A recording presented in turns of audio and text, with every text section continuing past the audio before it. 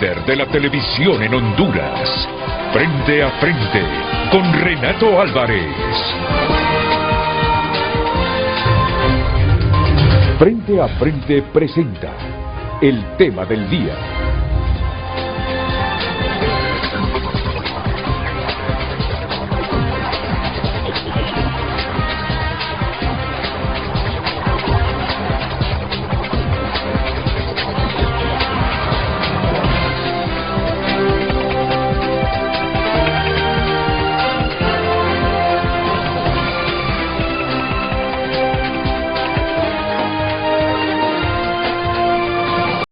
Muy buenos días a todos, bienvenidos a Frente a Frente.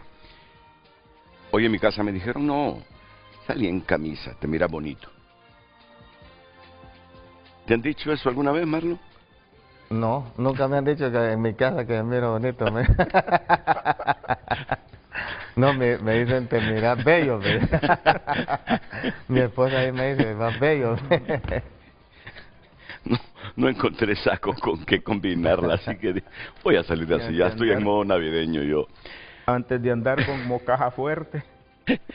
Y el hombre me dice, me vengo así, dice el doctor Carlos Umaña, porque después de Frente a Frente voy a una concentración que tiene Salvador Narrala. Doctor, bienvenido, buenos días. Buenos días al inmenso auditorio. Efectivamente, para hoy, en horas de la mañana, exactamente a las 10 de la mañana, nos ha convocado el ingeniero Narrala a todos los candidatos, a todo el Central Ejecutivo y al pueblo hondureño a la plaza del Central Ejecutivo. Única punto de agenda que tenemos ahí, la defensa del voto. Y me imagino que esto es porque teóricamente mañana comienza el escrutinio especial. Sí, mañana. Que quiero decirle a la población hondureña, no hay nadie ganador, no hay una tendencia. Sigue igual y el Consejo Nacional Electoral más bien no actualizó los datos en la madrugada. Así que, por lo tanto, estas 2.700 y fracción de actas serán las que van a decidir quién es el presidente de Honduras, pero lo que sí estoy contento es que se logró el objetivo de que hay alternabilidad en el ejercicio de la presidencia y el Partido Libertad y Refundación sale del gobierno. Así que aquí estamos, creo que con mi compañero Marlon Lara, que es un honor estar con él, un hombre ya de trayectoria liberal bastante importante, de los más votados, incluso ha sido más votado ya también. Yo tengo el honor de haber sido esta oportunidad. Y no solo por Cortés, entiendo, sino que sí, obtuvo más marcas a nivel nacional. A nivel nacional. Óigame, pero es un honor estar con Marlon acá. Así qué que privilegio, estamos. qué privilegio. Y antes que me olvide, Renato, ajá, felicidades por tu cumpleaños, el 2 de diciembre. El 2 de diciembre, sí. Pero estábamos tan entretenidos con las elecciones que te olvidó el cumpleaños del amigo. No, bueno, tenés que reivindicarte. No, vamos a reivindicarnos. Tenés que reivindicarte. Sí. Muy bien.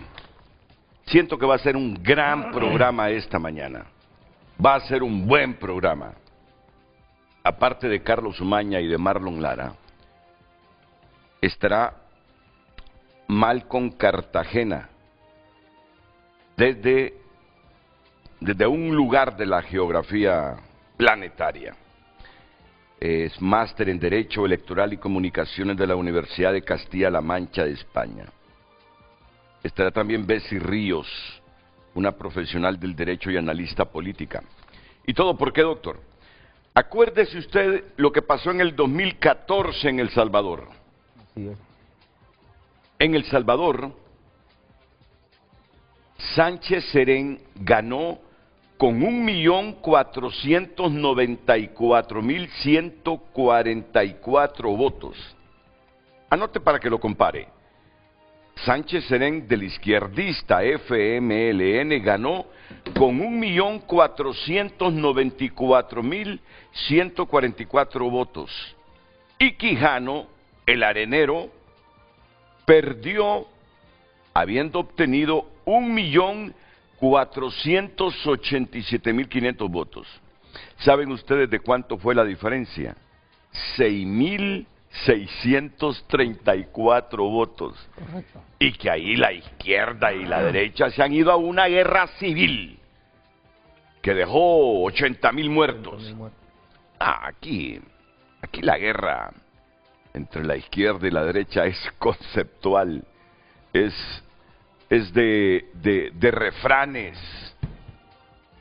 Ahí cometí un exceso al decir refranes. Es ligera, es ligera, es ligera. Ojalá que seamos capaces en los próximos años de aprender a convivir. Siempre habrá derecha, siempre habrá izquierda, pero ojalá que ambas vivan en democracia respetando la institucionalidad, que eso es lo que anhelamos. Mira, yo soy muy franco al decirles, cuando gobierna la derecha, a mí me gusta una izquierda fuerte pero democrática. Cuando gobierna la izquierda, me gusta que haya en oposición una derecha también fuerte, seria y respetuosa. Porque se exceden en el poder, pierden el norte en el poder.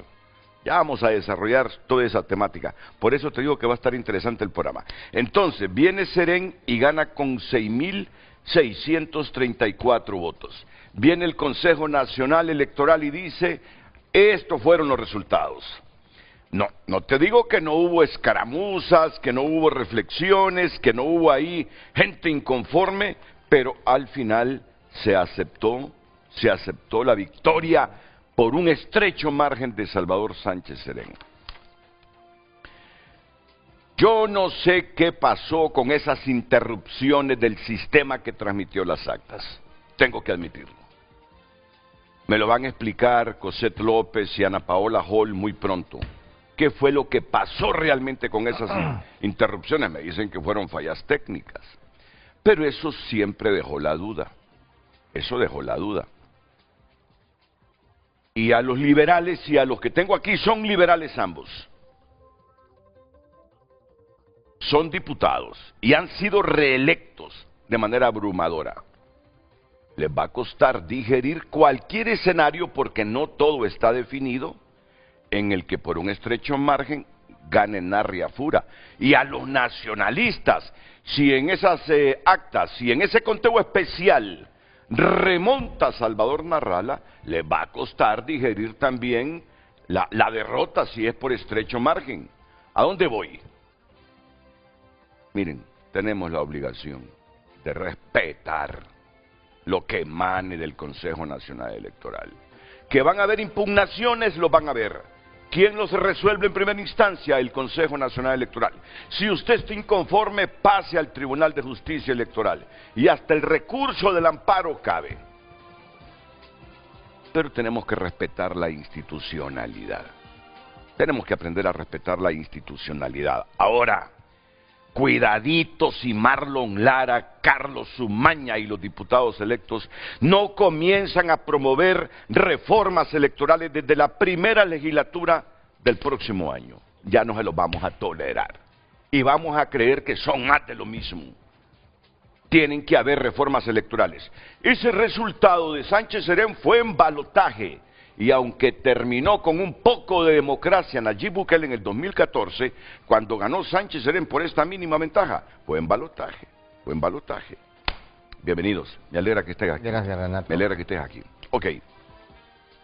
Vamos con la página del Consejo Nacional Electoral, por favor, así rápidamente, para comenzar a escuchar los comentarios del doctor Umaña, del abogado Marlon Lara y hacer las conexiones internacionales. Vamos con la página del Consejo Nacional Electoral.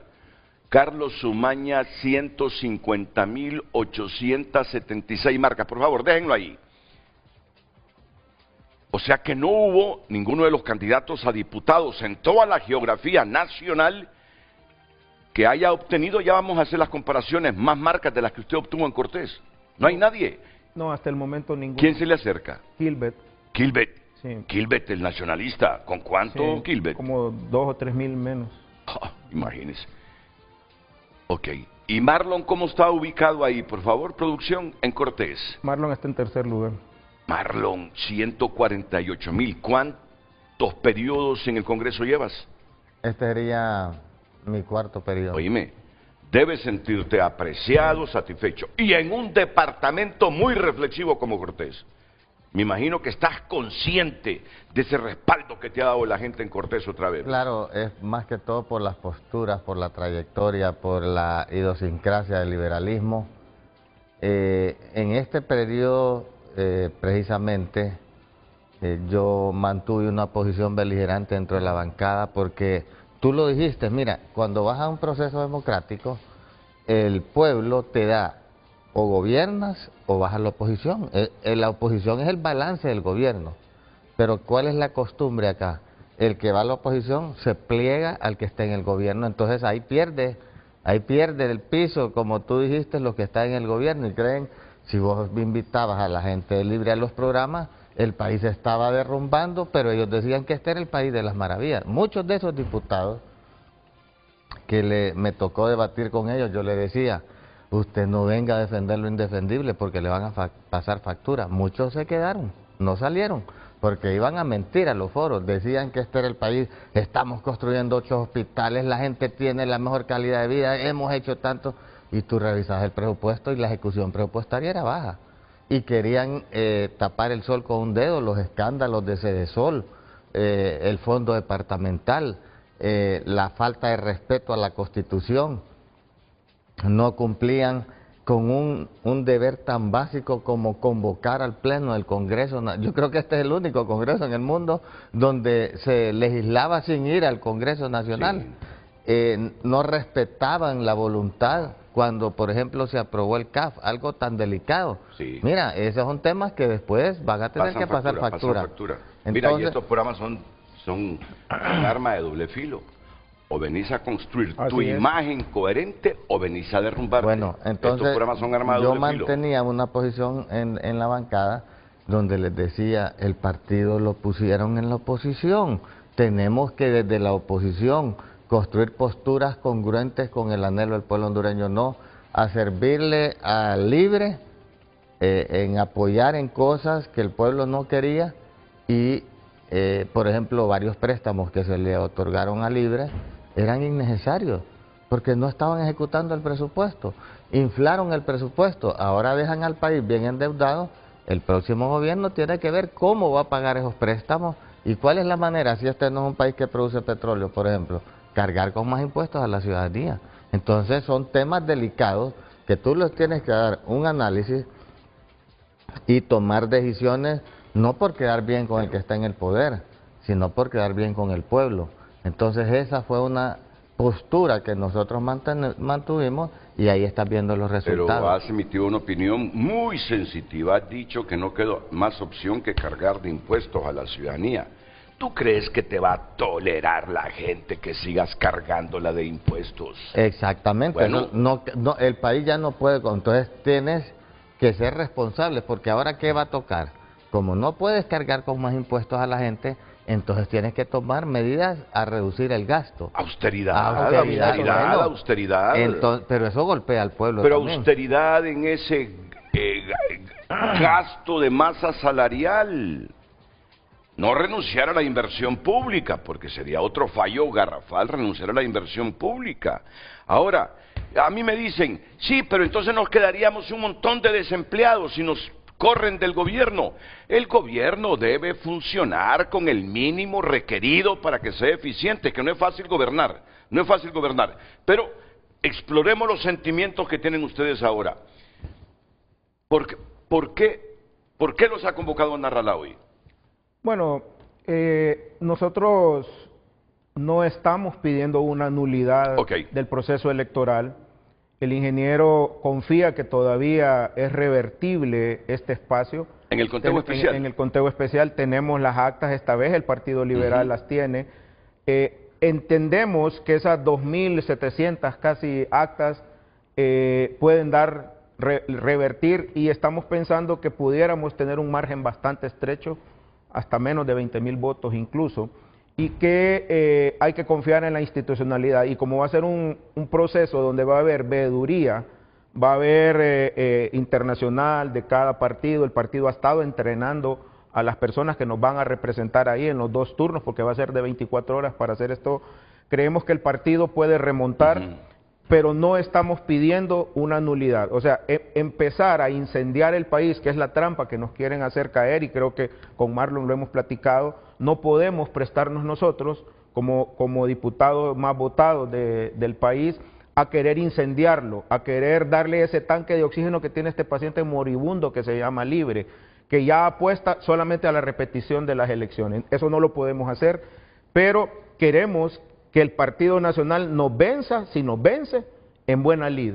O sea, si el pueblo decidió que esa es la opción, pero que nos venzan y que nos demuestren acta por acta que realmente nos ganaron. Entonces, no vamos a incendiar el país, aquí venimos en prudencia, creo que todavía podemos confiar en la institucionalidad y yo espero que las consejeras hagan un buen trabajo. De todas maneras es un pleno que se instaura con la mayoría. Sabemos que el señor Marlon Ochoa no va a colaborar definitivamente. Es una incertidumbre si él se va a presentar a la declaratoria de elecciones. Todo el mundo, yo nunca había visto, y ahora con la globalización, como todo el mundo en Europa, en África, en todos lados están pendientes de este pequeño país que se llama Honduras. Así es que todos los ojos puestos sobre Honduras, lo que va a suceder, pero aquí nuestro ánimo no es incendiar el país. Querido pueblo hondureño, todavía están casi 2.900 actas ahí, 500.000 votos que hay que revisar. Mire, doctor, ¿usted cree que el mundo va a validar un chiste que no se presente Marlon, que no haya declaratoria de quién ganó las elecciones porque no está el consejero electoral de Libre, y que luego me digan, eso se va a dilucidar en la pequeñita comisión permanente de 9 diputados del Congreso? Mire, es que ni risa me da el chiste. Ya ni risa me da el chiste. No, y además, después de que la comunidad internacional ha visto lo que ha sucedido. Nos podemos autoconvocar. Y está el Congreso autoconvocado. Aquí tiene que ser el que venza, gana, como decimos, pero el que sea derrotado tiene que aceptar hidalgamente. Si el Consejo Nacional Electoral no quiere, porque Marlon no se presenta, nosotros ya sabemos que las autoconvocatorias de este Congreso Nacional funcionan. Es más, el periodo está prorrogado. Marlon y yo participamos en esas reuniones de autoconvocatoria y estamos en ley. Y por lo tanto, tenemos más de 65 votos para autoconvocar el Congreso Nacional en el caso de ser necesario. Y se lo anticipo. Si ese fuese el escenario que yo creo no se va a materializar. Que se le apostó a ese escenario, sí se le apostó.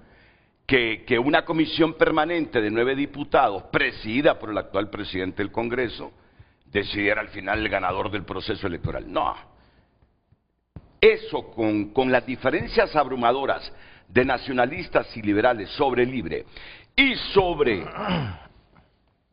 los informes que están proporcionando los observadores internacionales, hace poco la MOE, Unión Europea, mire, ya no cabe. Y si sucediera como un extremo de esos extremos, de gente enfermiza, de gente mire, radical. ¿A qué gobierno va a reconocer la comunidad internacional? Es lo que quiero decir. Al que diga el Congreso Nacional en el último caso. Y los autoconvocados. Los autoconvocados. Tenga la plena certeza. Si aquí lo que le conviene al partido de izquierda que perdió es recomponerse, comenzar a trabajar por construirse y ser más convincentes con los electores. Para el próximo periodo. Por eso yo desde ayer les manejo el criterio que no cunde el pánico. Aquí las cartas están echadas y lo único que falta dilucidar es si es Narrala el presidente o si es Narriafura. Que conste, vamos con la página del Consejo Nacional Electoral. En el nivel electivo presidencial, ¿cómo van las cosas a este momento? No hubo movimiento en la madrugada, ¿verdad? No hubo. Pero vamos a presentarla porque ya tenemos la conexión con nuestros panelistas salvadoreños. Vamos con el nivel electivo presidencial. Narriafura, 1.298.835 votos y Salvador Alejandro César Nasralla Salum con 1.256.000. ¿Qué diferencia tenés ahí? Marlon está con su calculadora en este momento. La diferencia es como de 43.000 votos. 41.407. Correcto. 41.407. 42.000, perdón. Sí.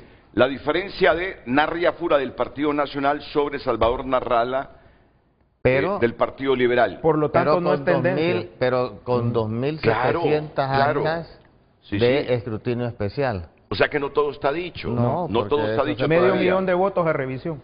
Sí, entonces no todo está dicho. Y miren cuál es la diferencia de Narriafura sobre Rixi. Ayúdame, por favor. En Narriafura, 1.298.835 y la candidata de Libre, 618.448. La dobla. La dobla. La dobla en votos. Ahora, Renato, fíjate Y que... Narrada igual, Sí. prácticamente. Mira, hay algo que la gente no ha reflexionado, creo. Y primero, que hay que destacar que a pesar de todos los pronósticos, fuimos a elecciones de manera libre, independiente, porque la gente hizo lo que quiso, votó como quiso, se le respetó a la gente esa movilización que tuvo para acudir a las urnas desde muy temprano. Fue una fiesta cívica. Aunque Trump se haya metido, porque mira, los mensajes de Trump alteraron el panorama electoral. De Pero acuerdo. al final, a mí me pueden decir eso, es que Trump influyó. Y al final, quien decide por lo que yo creo, y si la gente le creyó a Donald Trump que votando por Narriafura el país va a tener beneficios económicos y que va a cambiar el panorama de Honduras, pero al final soy yo el que decido, no es Donald Trump. Es Soy correcto. yo el que decido. Bueno, Y lo hizo en el último día prácticamente. ahora mira, todo el mundo apostaba que el día siguiente después iban a haber tomas de carretera, huelgas y negocios incendiados. No pasó nada. Eso hay que alabar al pueblo hondureño. Es más, Libre ha asumido la posición correcta. Se han quedado callados, hicieron un comunicado que nadie les cree, porque Libre está fuera de la contienda. Aquí solo son dos partidos que están en contienda, el Partido Liberal y el Partido Nacional. Sí. Y algo que hay que reflexionar, ¿cuál era el discurso de Libre?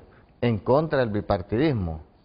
¿Cómo fue a votar la gente con esos resultados que vos ves? A favor del bipartidismo, Sí. porque ellos quedan en un 50%. Ojo. Quiere decir esto que el pueblo hondureño le está dando una oportunidad al Ay, bipartidismo. correcto. Ahora mira, ¿cuál, Sí. ¿cuál es el tema? Yo lo he estado hablando con varios compañeros diputados del Partido Liberal y Nacional. Hay que hacer un buen gobierno. Hay que fortalecer la democracia. Si el pueblo hondureño nos llevó a ese sitial de estar entre el primer y segundo lugar, los partidos a los cuales Libre le tiró todo, contra el bipartidismo, el pueblo es sabio. La gente dijo, yo quiero votar por partidos que me garantizan a mí estabilidad, no incertidumbre, que me garantizan orden y no desorden, que no invitan al caos, pero hoy tenemos que dar resultados. Hoy el que gobierne tiene que dar resultados contundentes al pueblo hondureño. Marlon, no tienen excusa los partidos No hay centenarios no hay excusa. de no hacer consensos y presentar iniciativas en beneficio del Estado de Honduras. No se los vamos a tolerar que no hagan las reformas electorales que el país necesita ahora que los centenarios tienen la oportunidad Ahora, mira, de tener mayoría calificada en el Congreso. Ahora, proyectémonos a los próximos 4 años. Si no hacemos buen gobierno,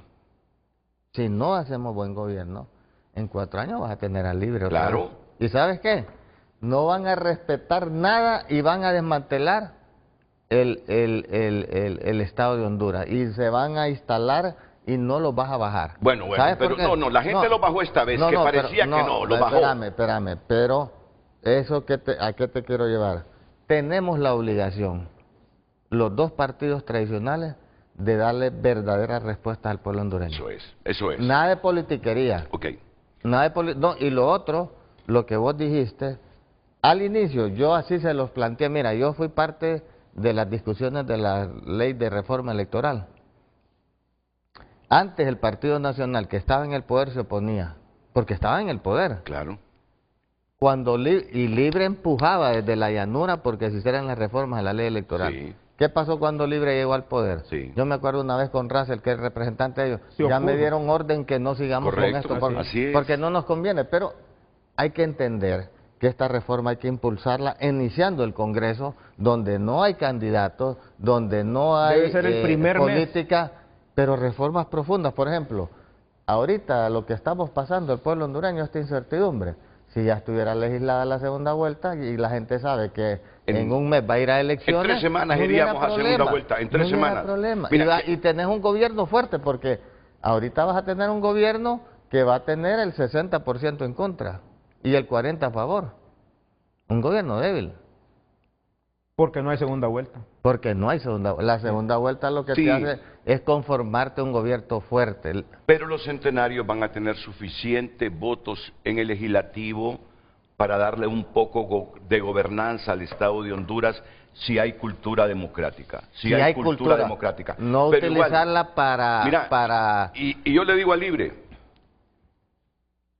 ahora que va a gobernar la derecha, porque el Partido Liberal es de derecha, el Partido Liberal es de derecha, es centro derecha, solo que los nacionalistas están más al extremo derecho, y además el Partido Liberal ha dado muestras de tener históricamente una centro izquierda. Correcto. El Partido Liberal ha dado muestras de eso, pero como quedamos sin izquierda, Libres, dedíquense a trabajar, a reconstruir el partido, para que ahora que va a gobernar la derecha, tengamos una izquierda que sea contrapeso, aunque no tiene suficientes diputados, pero por lo menos en el debate le abren la mente a la gente, como decimos popularmente, si la derecha comienza a tener exceso gobernando o no promete o no cumple con lo que ha prometido. Así o es. no cumple. Y esto más, si Libre no entiende el mensaje, les va a surgir otra vía de la izquierda más razonable, democrática, menos radical. Y van a perder ese espacio que les ayudó a construir Mel valiéndose del golpe de Estado. Están en la obligación de reconstruirse, no estar llamando al molote. Están en la obligación de aceptar la derrota y decir qué le pasó a la izquierda melista o rixista que fue abrumadoramente derrotada en este proceso electoral. Eso deberían estar pensando para reconstruirse. Voy a decirle algo, nunca en la historia del país los primeros 3 meses que vienen del próximo Congreso Nacional han sido tan importantes. No solo por las reformas electorales. ¿Cuál es el clamor del pueblo? Que los diputados no manejemos dinero. Hay que eliminar el fondo social, el fondo departamental. Hay que hacer que los diputados nos paguen por sesión asistida. Yo estaba dictaminando el Código de Ética de los Diputados y como me ceguetearon de la Comisión de Ética y Transparencia del Congreso Nacional. ¿Por qué? Porque estaba dictaminando, ya lo tenía listo, así como dictaminé la ley de antinepotismo del doctor. Me ceguetearon. Miren, compañeros, y este va para los 128 que vamos a estar ahí. Si no reformamos en los primeros 3 meses, que nos quitemos el pisto los diputados, ese fondo departamental, que cambiemos ciertos artículos de la ley orgánica del Congreso Nacional, que nos quitemos el 117-2019 que nos ampara para las votaciones. Somos más de lo mismo, y el doctor Umaña aquí va a estar para recordárselos. Yo tengo compromisos con mi partido, pero soy Carlos Umaña. Marlon, lo hemos platicado, Marlon está de acuerdo en muchas cosas que estamos ahí. Y como diputados más votados de la bancada del Partido Liberal, tenemos que exigir como Cortés ha decidido, porque es el departamento pensante. Yo no menosprecio a Honduras, sino que simple y sencillamente todos los hondureños somos iguales ante la ley, todos somos iguales. Pero nosotros dos tenemos una responsabilidad, y lo hemos dicho, y yo empecé con Marlon a platicar con él cuando se opuso con su servidor al fideicomiso. Marlon tuvo la valentía, y aquí lo reconozco, fue de los pocos diputados liberales que se opuso a que quitáramos el fideicomiso de los medicamentos, y le dijo al Partido Liberal, le vamos a hacer daño, y solo vimos como 2 o 3 personas, y ¿qué pasó? Compras directas, se acabó todo. Y decía, es que ustedes favorecen a los banqueros. No, hombre, si no era de favorecer a nadie. Es porque hay que votar conforme a Honduras. Entonces, hoy, compañeros diputados, si a los primeros 3 meses no modificamos lo que estamos diciendo, somos más de lo mismo. ¿Y saben qué? Nos van a hacer así, ¿ves? Una patada nos van a dar en los próximos. Sí, porque Honduras cada 4 años está castigando. Así es. Honduras, desde el 2021... Yo siento que Honduras por primera vez comenzó a castigar los comportamientos de los gobiernos que incumplen con las promesas. Renato, Solo permíteme, Marlon, porque no quiero que se me vayan.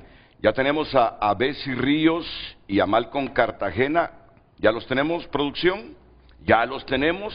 Quiero verlos. Ahí está Bessie Ríos. Bessie, gracias por ser tan gentil siempre y solidaria con Frente a Frente de Televicentro, Canal 5 de Honduras. Y a Malcolm Cartagena, gracias también. Malcolm está en un punto de la geografía mundial, ¿no es así, Malcolm? Sí, así es. Buenos días. Lo expulsó Nayib Bukele, lo expulsó. Está en un punto de la geografía mundial, no voy a decir dónde está porque por su seguridad. Pero sí me encanta que estén hoy con nosotros para recordar lo que les pasó en el 2014 en ese balotaje, que con un poquito más de 6,000 votos Sánchez Serén se impuso a Norman Quijano. ¿Saben por qué? Porque así estamos los hondureños en este momento. Apenas es una diferencia de 42,000 votos del nacionalista Fura sobre el liberal Narrala, pero faltan 2,500 actas que presentaban inconsistencias y que se van a recontar de nuevo. Y todo puede ser posible, o mantiene esta ventaja Fura o remonta Narrala. Pero lo que queremos en Honduras es tranquilidad, paz, respeto a lo que diga el Consejo Nacional. Y si los liberales creen que les hicieron la ponga, que yo creo que ustedes saben qué significa esta expresión en El Salvador y Honduras, pues que recurran a las impugnaciones en el CNE, en todo caso al Tribunal de Justicia, pero que el país que pensaban ustedes, casi estoy seguro, que estaría incendiado postelectoral en la primera semana, miren cómo estamos. Hemos superado escenarios que creíamos nosotros irreversibles. No, si vienen a Honduras, es cierto, la gente está con la incertidumbre, quién gana, el comercio se ha paralizado porque hay incertidumbre a pesar de ser diciembre, pero verán casi normalidad en todo. Así que por favor, Bessie Ríos y Malcolm, solo permítanme unos segunditos para ir a la primera pausa comercial y luego vamos con ustedes, porque aquí tengo al candidato a diputado por el departamento de Cortés, el doctor Carlos Umaña, un hombre que se distinguió en la pandemia como el candidato que más marcas recibió en toda la geografía nacional. Y aquí tengo a otro de los diputados, ya veterano, Marlon Lara, que también es uno de los que más marcas recibieron de los electores de Cortés y se impusieron en casi toda la geografía nacional. Así que son hombres distinguidos, respetuosos, que quieren escucharlos a ustedes ahora de cómo reaccionó la institucionalidad en El Salvador y la sociedad cuando aquella diferencia era tan pequeñita de Salvador Sánchez Serén sobre el arenero Norman Quijano. Después de la pausa. El tráfico es presentado por Rendy Llantas. Trae tu vehículo a Rendy Llantas y llega lejos en manos seguras.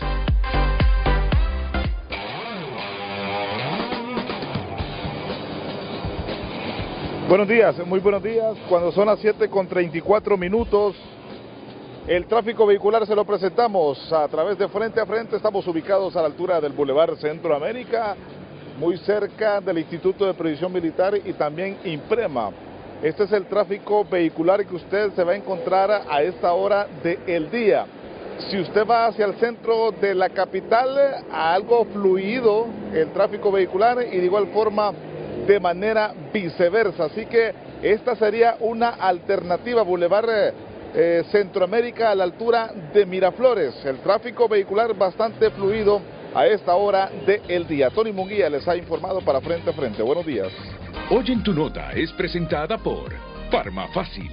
Todos los miércoles de canjes, hasta un 40% de descuento en productos de canjes. El periódico digital tunota.com, usted puede darle seguimiento a los resultados presidenciales, entre otras notas, quiénes serán los diputados al Parlacén y para qué sirve este organismo. En noticias internacionales, Trump amenaza con arancel del 5% a México por incumplir tratado de aguas. Estas y más noticias en tunota.com. Hoy en tu nota fue presentada por Farmafácil. Todos los miércoles de canjes, hasta un 40% de descuento en productos de canjes. No, hermano Quijano, tuve la oportunidad de hacer un frente a frente en directo desde San Salvador, que yo cubrí esas elecciones. Y Sánchez Serén, Salvador Sánchez Serén, ¿saben qué me sorprendió? Yo creo que conservamos la amistad. Ya días no nos hablamos desde que está privado de la libertad porque me ha sido difícil. Fui muy amigo de Tony Saca, porque comenzó como periodista deportivo. Yo comencé así. Cuando Tony venía a Honduras, con el Escopeta Vallejo, recibíamos a Tony porque era un anfitrión espectacular con nosotros. Lo trajiste a un frente a frente después de ser presidente. Es que Tony vino varias veces a Honduras y vino aquí a frente. Después de ser presidente. Sí, después de ser... No, después de ser presidente no. Sí, vino. me acuerdo. Después de ser presidente, sí vino, porque tenía negocios en Honduras. Iba a hacer unas inversiones en todo Centroamérica. Entonces venimos desde Televicentro, cuando esas elecciones, y Televicentro envió a mi productor Carlos Andino y a mí para que fuéramos a cubrir. Tuvimos una semana en El Salvador. Y llamé a Tony, tenés que darme una entrevista. Mira, que me vine para una casa que tengo acá en el puerto y tendría que volar a San Salvador, pero soy mi amigo, voy a volar a San Salvador para darte la entrevista ahí en la radio de él, un edificio, si me tenés ahí radios, Complejos Amix, y ahí estaba el Tony. Mi sorpresa, ¿sabes con quién estaba el arenero Tony Salinas? ¿Por qué? ¿Por quién llegó a la presidencia Tony? Tony Saca. Una coalición creo que hubo ahí, bueno, no me recuerdo muy bien, con Salvador Sánchez. Con Arena. Con Arena fue, ¿verdad? Mira, nosotros que íbamos a entrar a la oficina de Tony y Salvador Sánchez era el que salía de la oficina de Tony. ¿Y cómo es esto? Le digo, no interpreto bien esto. Pero así es. Me tocó vivirlo, ¿eh? Me tocó vivirlo. ¿Y sabes qué? Espérame. Facilito, Tony Saca le quebró el voto a la derecha, por eso es de que no ganó con el 50+1 Arena en la primera vuelta, y eso hace el quiebre para irse a la segunda vuelta, y por lo que gana el FMLN es por el pacto de maras o pandillas que nos enteramos después, que habían negociado tanto Arena como el FMLN, así que fiesta democrática no fue. Ok, no, Renato, dímelo, eso es lo que queremos saber. Hay un dato que tiene que saber. La esposa del candidato Quijano es hondureña. Sí. ¿Sabías ese dato? No, no lo sabía. Bueno, no lo sabía. Bueno, entremos en materia. El hecho que yo miro a Sánchez Serén salir de la oficina de Tony y le pregunté a Tony, ¿y es que te llevas bien con Salvador Sánchez? Ya ni recuerdo qué me respondió Tony. Tuvimos hasta las 7 de la noche y me dijo, no te vayas, hombre, quédate esta noche aquí. No, Tony, me tengo que ir tempranito porque frente a frente tienen que salir de Tegucigalpa mañana. Sin pecar de ser moderador de este programa, yo aquí la pregunta que le voy a dejar en el imaginario a ellos ¿es más conveniente la segunda vuelta o la segunda vuelta sirve para hacer componendas de tipo político? Okay, o sea, quisiera que me dieran, porque en ellos había balotaje y vino Bukele y la derogó. Entonces, para mí ahí se los dejo como en el imaginario. Ok, comencemos. Adelante, le voy a decir algo rapidito, ya que ustedes son candidatos, probablemente lleguen al Congreso. Sí. Hay una lección que hay que aprender. Cuando estás en el poder y tenés la llave del Congreso, tenés que legislar para cuando ya no estés. Porque cuando llegue el otro, le dejas todo servido. Y el que llega ocupa las herramientas que vos le dejaste. Se lo digo porque en El Salvador así se vivió. Arena y el FMLN se rehusaron a legislar de modo tal de obligar a la transparencia, de obligar a rendir cuentas, de quitar presupuestos a los diputados, de hacer un montón de cosas, de quitarse seguros médicos privados hospitalarios. ¿Qué pasó? ¿Usted llegó al poder? ¿Qué está haciendo? Lo que los otros. ¿Quién tiene la culpa? Lo que los otros no quitaron. Uno tiene que legislar cuando uno no esté ya en el poder, porque es la única manera en la que van a poder controlar al nuevo que llegue. Pero si legislan creyendo que van a conservar el poder, la regaron, porque le sirvieron en bandeja de plata al otro. Excelente respuesta, Bessie. Excelente respuesta. Ahora, Malcolm, ya, tú estás fuera de tu país porque protegiste tu vida. Si no, ahí estarías viviendo en El Salvador. Estás fuera, en un punto de la geografía del planeta Tierra. Oíme, yo he leído artículos en periódicos influyentes de Europa, donde en este momento, después de que metió las narices Trump, dicen que somos un territorio geopolítico de importancia, Honduras. Mira, Trump nos puso en el mapa, nos puso en el mapa, nos puso en el mapa. ¿Con qué interés sigues este proceso electoral en Honduras, Malcolm? Malcolm Cartagena. Bueno, buenos días, un Sí. saludo a los invitados, saludos Bessie. Saludos. Bueno, sí, yo pues veo las noticias, he estado pendiente de lo que ha ocurrido a partir del 30 de noviembre cuando fueron las elecciones, ya pues ya llevamos, ¿qué? 10 días Sí. sin tener un claro ganador.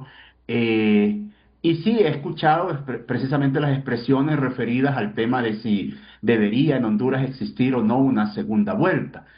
Bueno, yo no les puedo dar mi opinión de qué deben de hacer, pero sí les puedo comentar qué ha sido en El Salvador, por ejemplo. Bueno, la segunda vuelta ha existido prácticamente en casi toda la historia del país.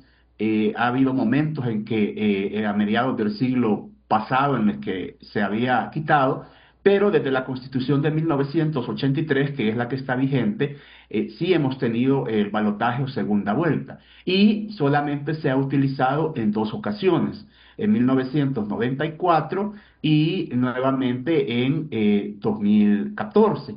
En el 94, que fue la primera elección después de los acuerdos de paz firmados en 1992 entre el FMLN y pues el gobierno en aquel entonces de Arena, en ese pues hubo que dirimir el resultado a partir de una segunda vuelta, simple y sencillo, no porque la diferencia fuera estrecha entre Arena y el Frente, sino porque Arena no logró la mitad más uno de los votos necesarios para ganar.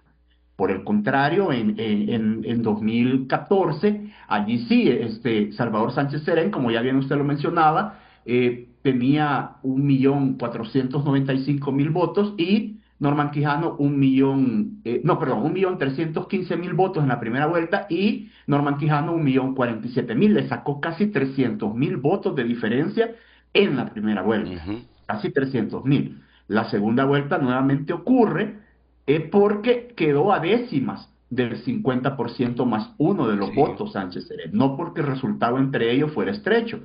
Fue al contrario, en la segunda vuelta, que ya solo participan los 2 partidos más votados, ya no participó Tony Saca, que usted también lo acaba de mencionar, que en ese momento participó en una coalición llamada Unidad, que fue justo el voto que le quitó a la derecha de Arena, y por eso, una vez ya no participó él en la segunda vuelta, la gran mayoría de esos votos se movieron de regreso al partido de derecha Arena, y por eso la diferencia se estrechó de 300.000 votos a 6.000, como usted bien lo ha señalado. Entonces, ese fenómeno es propio de las segundas vueltas. Por lo general, lo que impera en una segunda vuelta es el voto de castigo en negativo, es decir, casi nunca cambia que le pase el que está abajo al que está arriba, cuando pasa es porque la tercera fuerza apoya, ¿verdad? En este caso al segundo, pero la gran mayoría de veces apoya al primero, es un voto útil, como le digo, en negativo. Entonces, ha sido las únicas 2 ocasiones que hemos tenido segunda vuelta en El Salvador, y bueno, hoy el 31 de julio, que la eliminó la bancada oficialista de Nayib Bukele, porque argumentando temas de presupuesto, que demasiado gasto. Para esto, solo para concluir mi primera intervención, hay posturas divididas, o sea, hay quienes están a favor y quienes están en contra, y hay argumentos sólidos en ambos lados. O sea, como le digo, hay países como México, por ejemplo, que no tiene segunda vuelta y así ha funcionado. Existen otros países que sí las tienen y resuelven así sus problemas, vaya, como Uruguay, lo tenía Guatemala, lo tenía El Salvador. Chile. Pero los argumentos suelen ser de economía, y otro argumento que suele sopesarse es el de legitimidad. Es decir, una segunda vuelta se considera que le da más legitimidad al ganador porque obligatoriamente va a ganar con más del 50% de los votos, es decir, con mayoría absoluta. Y hay una solución híbrida. Hay países que lo que tienen es una diferencia de al menos llegar a un porcentaje del 40% de los votos, más 10 puntos de diferencia con el segundo más votado. Es el caso de Costa Rica, por ejemplo. Nicaragua tiene 40%, debe de llegar al 40% de los votos el primero y sacarle al menos, o el 35%, incluso le permiten ser presidente con el 35%, pero si le saca al menos 5 puntos al segundo más votado. Entonces, como le digo, hay soluciones híbridas también. Pero en Nicaragua, ¿por qué votación, Marco? ¿Cómo? En Nicaragua, la votación, y Daniel, que menos votación llegue, prefiero ganar con ese poquito. No, pero claro, no. pero eso, en los países donde no es obligatorio votar, las participaciones no suelen ser altas. Entonces, digamos que se comprende entonces que se busque la legitimidad a partir de un porcentaje menor, digamos. Correcto. Solo permítanme. Pero, Malcolm, ¿tú estás de acuerdo con la segunda vuelta o no? Y como le digo, o sea, a mí me parece tu que hay criterio argumentos personal. a favor y en contra. Yo no tengo una postura, digamos, fija en ese tema, porque considero que hay, de hecho, le quiero explicar algo.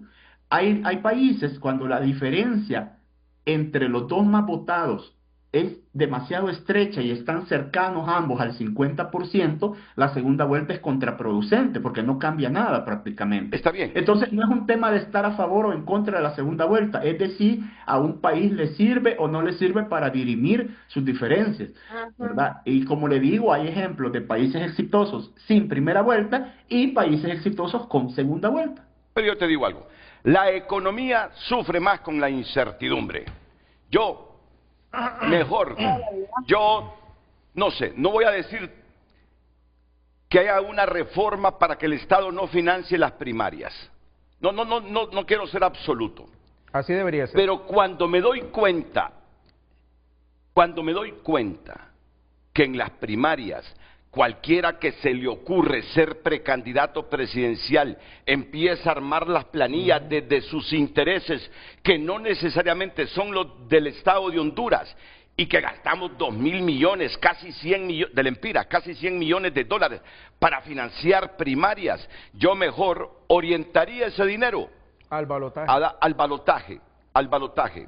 Y si hay que gastar un poquito más, yo prefiero resentir la economía del presupuesto público que vivir en incertidumbre donde el inversionista no pone capital aquí, ni el nacional ni el extranjero, por esa incertidumbre de gobiernos deslegitimados. ¿Y tú, Bessie, qué? ¿Prefieres la segunda vuelta o no? Al final, el tema de la segunda vuelta, como se los explica Malcolm, es un tema de la manera en que como sociedad ustedes pueden dirimir sus conflictos. Si se considera, yo creería, apostando al tema de la participación ciudadana, que hagan la consulta ciudadana y pregunten si la gente quiere la segunda vuelta. Eso les daría legitimidad a hacerlo o no. Deberían de hacerlo rápido, porque en la medida que pasan los días, se acomodan en el puesto, como la ranita, ¿verdad? Que empiezan a calentarle el agua y ya se les empieza a olvidar las promesas, y las promesas se recuerdan ya cuando hay que volver a validar el cargo o el puesto que tienen de elección popular. Honduras, ahorita yo me gustaría decirte con el tema de Trump, que es darle demasiado realce a Trump, que sí es el presidente del país más importante del mundo, lo que tú quieras, pero darle un peso en Honduras y quitarle responsabilidad libre. Porque hay algo que no se les olvide: si la gente ha dejado en un muy lejano tercer lugar a Libre, es porque no redujo los índices de pobreza, es porque aumentó en un 10% los homicidios en su país, es porque no pudo detener el escándalo de las aldeas narcos, es porque no cumplió las expectativas de la población. Entonces, salir y decir, no, es que porque Trump habló, Libre se cayó, es quitarle la responsabilidad a Libre de lo que ellos son responsables. La gente te castiga porque no le cumplí. Y la izquierda latinoamericana tiene un grave problema, que los pueblos no les perdonan los errores, porque nuestros pueblos latinoamericanos son religiosos, son conservadores y son de derecha. Cuando le dan la oportunidad a la izquierda, es una oportunidad de oro. O te asís del poder, como lo hace Venezuela y Nicaragua, a la fuerza quedarte en el poder, o gobernar bien para que te puedan seguir revalidando. De lo contrario, te dan una patada en la cola por mentiroso. Porque de la derecha ya sabemos qué esperar, pero la izquierda te promete, y lamentablemente nos ha pasado en nuestra Latinoamérica, que una vez llegando al poder son iguales o peores que las derechas recalcitrantes. Ahora, tú necesitas este insumo, Bessie. Mira, los 3 mensajes de Trump no alteraron en nada el voto para libre.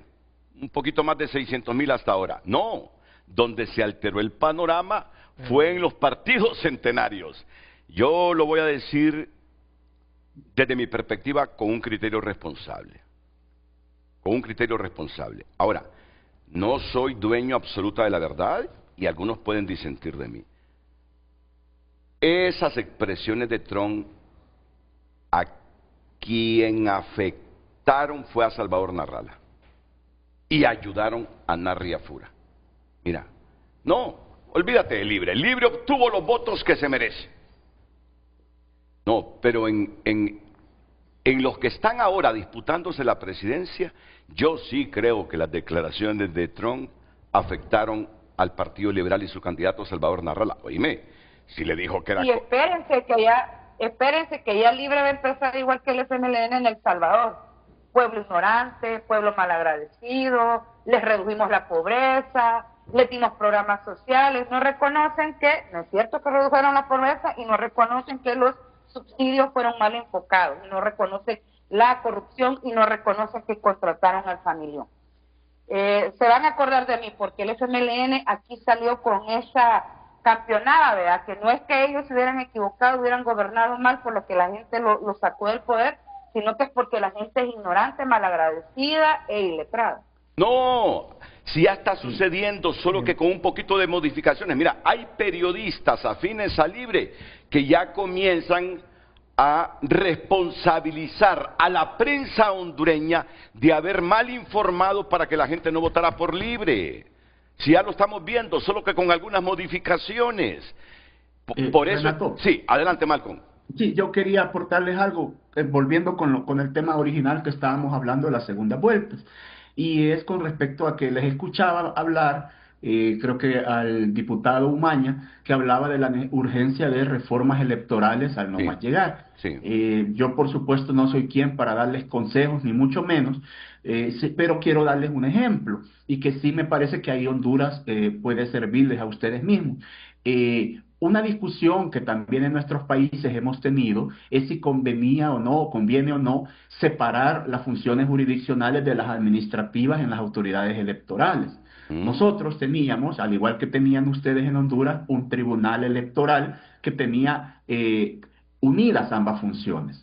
Ustedes hicieron la separación ya hace algunos años, la separación de funciones, y crearon 2 instituciones. Nosotros seguimos manteniendo una, pero en cada elección o cada vez que pasan elecciones y se habla de reformas, seguimos insistiendo en ese tema. Los argumentos son de que así los magistrados se dedican unos a impartir justicia y otros a organizar la elección, de que no es posible que los mismos representantes de los partidos se impartan justicia a sí mismos, etcétera. Hay muchos argumentos. Sin embargo, al igual que ocurre con los balotajes y las segundas vueltas, que era lo que yo les decía, hay argumentos a favor y en contra, y hay países exitosos con modelo concentrado y países exitosos con modelos desconcentrados. Bueno, México, por ejemplo, tiene desconcentradas sus funciones electorales. En cambio, Argentina las tiene unidas. Y ambos países, o Uruguay, por ejemplo, los tiene unidas, y ambos países son exitosos en sus sistemas electorales. Entonces, ¿cuál es la lección de esto? No hay una fórmula absoluta para cada país. Como ya también Bessie les decía, ustedes pueden consultarle a su población. Pero está bien que se le consulte, pero hay que decir una cosa, estos son temas técnicos y no siempre la gente tiene la información necesaria para poder tomar una decisión informada. Pero más allá de eso, el tema es que haya una institucionalidad fuerte, y por eso quiero regresar a 2014. En 2014 en El Salvador, como ya bien usted explicaba, en la segunda vuelta el margen fue bien estrecho. Sí. Y entonces, ¿qué pasó? Arena, que quedaba de segundo, empezó a agotar todos los recursos que la ley electoral permitía. Agotó absolutamente todo, desde la nulidad de urna, nulidad de escrutinio preliminar, nulidad de escrutinio definitivo, y por último, el candidato presidencial, Norman Quijano, se fue en amparo ante la Sala de lo Constitucional. que en una decisión dividida de 3 contra 2 le dijo que no, porque él pedía que se abrieran las urnas y se contara voto por voto. Entonces, ¿qué es lo que funcionó allí? ¿Qué funcionó ese día? Bueno, en primer lugar funcionó la institucionalidad, porque se cumplieron todos los plazos, se agotaron los recursos y hasta llegar a la sala. Entonces, ¿hubiera sido diferente si hubiera habido segunda vuelta? No, probablemente hubiera habido segunda, y si quedaba nuevamente estrecho el resultado, igual habrían pasado este tipo de quejas. Y allá Arenas sí fue a las calles a exigir, hablaba de fraude, etcétera. Entonces, la lección, perdón que repita, pero la lección de esto es que más allá del modelo que ustedes adopten como país, lo que deben de buscar es fortalecer la institucionalidad, es decir, que las instituciones funcionen, que los magistrados que están en la autoridad electoral actúen de acuerdo al derecho y no en representación de sus propios partidos. Solo permíteme. Bueno, hasta funcionó, perdóneme, Renato. No, algo que para que no se olvide. Algo que también hay que reconocer, y yo que siempre he abogado en El Salvador porque se elimine la Fuerza Armada, pero hubo hasta un llamado a la Fuerza Armada y la Fuerza Armada se contuvo en sus cuarteles porque el partido de derecha pedía a la Fuerza Armada que saliera para recuperarle las elecciones, que por las armas les dieran un gane electoral, y se quedaron en sus cuarteles los militares, cosa que agradezco y les reconozco. Pero al final del día también el componente, además de lo institucional y técnico, como bien lo explica Marlon, que los que estén en el organismo colegiado deben de ser gente que sea idónea, técnica, independiente. La soledad del juez, como se llama aquel poema, ¿no? Hoy te pusieron los diputados y mañana borras los números de todos los diputados porque no le respondes a ningún partido ni a ningún diputado, para poderle dar independencia y certeza a tu país. También en el caso salvadoreño estuvo el componente del acuerdo que hubo con las maras y pandillas. Que esa es una realidad que pasó, que está documentada y que es una parte triste de la historia. De hecho, hace poco acaba de salir un líder de estos grupos que fue entrevistado por el periódico digital El Faro, donde relata con detalle cómo lo fueron a buscar unos y otros, cómo les ofrecieron el dinero de fondos públicos, porque ni siquiera fueron dinero de ellos, para manipular un proceso electoral. El Salvador tiene historias bastante complicadas que va desde que en los 70 los militares llenaron en los cuarteles las urnas para robarle las elecciones del 72 a Duarte, para robarlas en el 77, venimos en una guerra civil, y terminamos con lo que actualmente tenemos, que es una administración con desmanes despóticos que ha transformado el sistema electoral para afincarse y afianzarse en el poder. Ojalá que a Honduras le vaya mejor que a nosotros, y aprovecho este espacio para recordar que nuestra amiga Malcolm tiene 375 días de estar detenida, Ruth Eleonora López, otra experta en temas electorales. Y mi solidaridad contigo, que te encuentras en el exilio y ayer escuché su programa. Un abrazo y llamo la solidaridad para los hondureños, para recordar a nuestra compañera Ruth Eleonora, que también es otra experta electoral y que hubiera enriquecido esta conversación. Miren, a ambos les agradezco y creo, y no me quiero sobrepasar, que no me equivoqué. Somos tan parecidos ustedes y nosotros. Somos tan parecidos que yo dije, tenemos que llamar a algunos amigos del Salvador para que nos ayuden a entender esto. Solo no entendí o fue tan rápido que no lo comprendí. Todos esos procesos de Arena que recurrió a las instancias, ¿fue en las primarias o en el balotaje, Malcolm? No, ni balotaje nada. En 2014 fue en la segunda vuelta. Después en la segunda vuelta, que la diferencia se redujo a 6,000 votos. Correcto. Arena consideraba que podía superar esa diferencia si se abrían las urnas y se contaba voto por voto. Y eso es lo que empezó a pedir a través de los distintos recursos que permite la ley electoral de El Salvador. Y llegaron hasta la Suprema inclusive. Sí, llegaron a la Suprema para que les habilitara abrir las urnas, pero les dijo que no. Y ya con eso quedó el resultado. Sí. No descarten que eso pase en Honduras. Descarten que eso pase en Honduras. Y ya te paso a vos, solo quiero terminar con esto. No descarten que eso que nos están contando nuestros amigos albareños pase en Honduras. Y está bien. Así bueno, debe ser, ok, el debido proceso. pero necesitas Claro. instituciones independientes. completamente No independientes. Judas.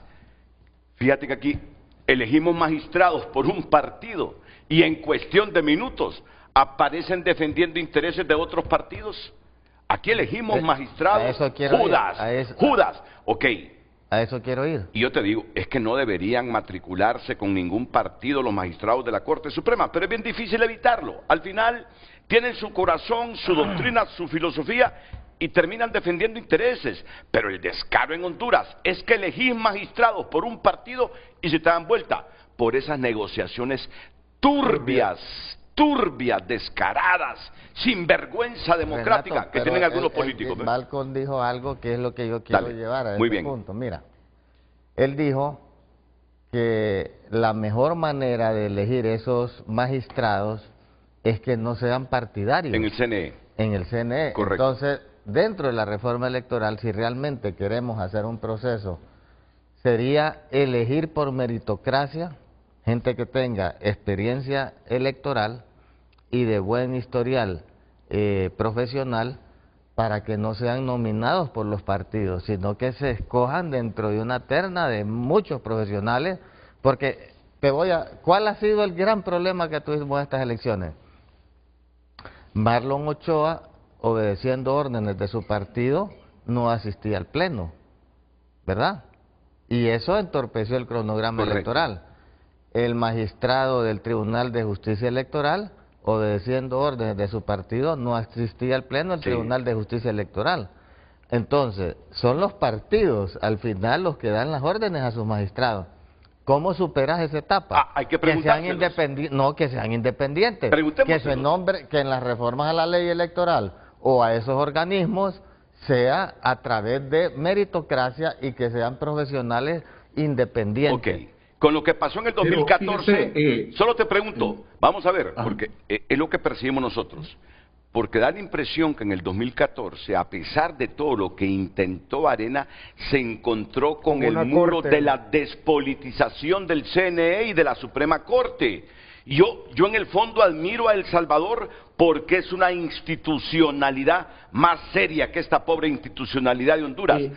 Fíjense Dale, que bueno, Malcolm. en 2014 de hecho pasó una cosa que no se ha vuelto a repetir, y es que la autoridad electoral, que en ese entonces la dirigía un representante de un partido, del mismo partido que gobernaba, es decir, del FMLN, sancionó a Mauricio Funes, del FMLN, Imagínate. que era el presidente, lo sancionó 3 veces por campaña adelantada. Eso Imagínate. nunca más se ha vuelto a dar. Entonces, eso lo que le demuestra, y esto se lo quiero comentar al diputado Lara, es que, y era lo que yo les decía con la separación de funciones, hay modelos en que son puestos los magistrados o doctores electorales o consejeros, como le llamen, son puestos por los partidos, y otras en que no son puestos por los partidos. Pero hay modelos exitosos así, porque yo estoy de acuerdo en la primera parte de lo que él dice: deben de ser personas con capacidad, con competencias, con moralidad notoria, etcétera. Pero no es un pecado que ellos sean propuestos por un partido. Y lo digo porque tenemos el ejemplo, por ejemplo, de Uruguay,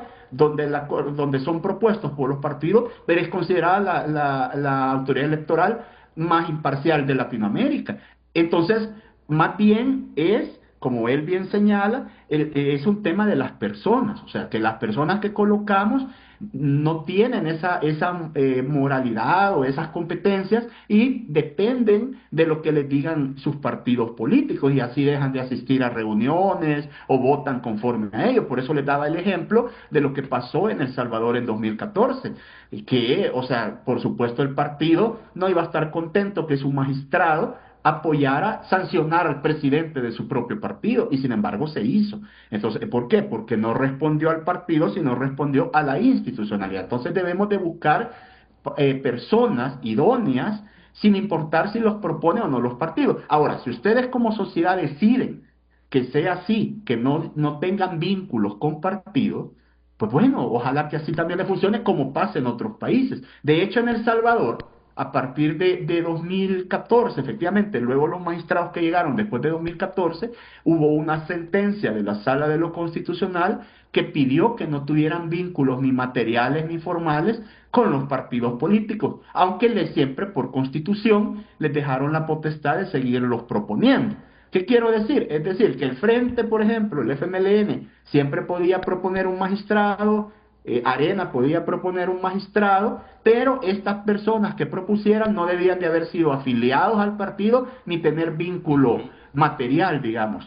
Es bastante ilógico, ¿verdad? Porque ¿cómo usted partido va a escoger a alguien que no responda a sus intereses, ¿verdad? Por supuesto. No vas a poner a tus amigos. Sí, claro. Entonces todos tienen sus independientes, todos los partidos tienen sus independientes, personas que no se colorean afiliándose a ellos, pero que simpatizan con ellos. Entonces desde 2014 a la fecha hemos tenido magistrados en el Tribunal Supremo Electoral propuestos siempre por los partidos, pero que supuestamente no tienen vínculos con ellos. Sí, pero y aquí termino, Bessie, solo permíteme porque para nosotros es clave lo que están diciendo. Ese problema de los resultados en el balotaje tan estrecho de Salvador Sánchez sobre Norman Quijano lo resolvió la institucionalidad salvadoreña. Oíme, ese es el discurso de nosotros aquí. Por favor, fortalezcamos la institucionalidad y que le caiga el guante a aquellos que son nombrados en los órganos electorales y en la Corte Suprema de Justicia y que traicionan la institucionalidad por el salario, porque no tienen cultura democrática. ¿Qué piensas, Bessie? Después me voy a la pausa. Solo que no se nos olvide que la sala que estuvo en la Sala de lo Constitucional o los magistrados del periodo 2009 a 2018 fue una sala que fue denominada la de los magníficos, la única que ejerció el poder, hizo el control legal sobre el poder político. Fue una sala que no le permitió al FMLN hacer las transformaciones que quería hacer para volvernos una Nicaragua o una Venezuela. Les eliminaron diputados, lo hicieron la afiliación parcial de los magistrados, eliminaron partidos, hicieron un montón de cosas, pero era porque esos magistrados, hubo un momentum en el que no podía ni Arena ni el Frente meter sus magistrados y les tocó poner magistrados que no eran, si bien podría ser de derecha o de izquierda, digamos como ideología política, no respondían a los partidos. Eso termina generando una sala con un pensamiento que hasta la fecha, esas sentencias son muy importantes, sobre todo tienen libros con el tema del área electoral, con el tema de los partidos, etcétera, etcétera. Eso es un componente que no hay que olvidar. Y en el caso, pues yo prefiero, como dice Malcolm, si los van a proponer los partidos, porque es la única manera de darle certeza a la población, porque ahí, como suelo decir yo, están las ratas juntas, están agarradas de la cola una con la otra, viéndose que cuenten. Por eso es que hay 5 copias de las actas, todos tenemos las actas, la policía tiene las actas, la fiscalía tiene las actas, todos estamos controlados aquí, que los propongan, pero debería de estar fundamentado en el perfil. Para eso existen instrumentos como los baremos, como las entrevistas, pero entrevistas bien hechas, ¿verdad? No como las que han pasado en El Salvador, que en 5 minutos quieren entrevistar a profundidad el pensamiento y la independencia de alguien. Y muy a pesar de que se dio la reforma en el caso salvadoreño, he de recordarte, Malcolm, que la actual presidenta del Tribunal Supremo Electoral estuvo en las primarias de Nuevas Ideas, no quedó, pero estuvo en las primarias. Entonces, la sentencia, el que tiene el poder, cuando controla toda la institucionalidad, se la pasa por el arco del triunfo.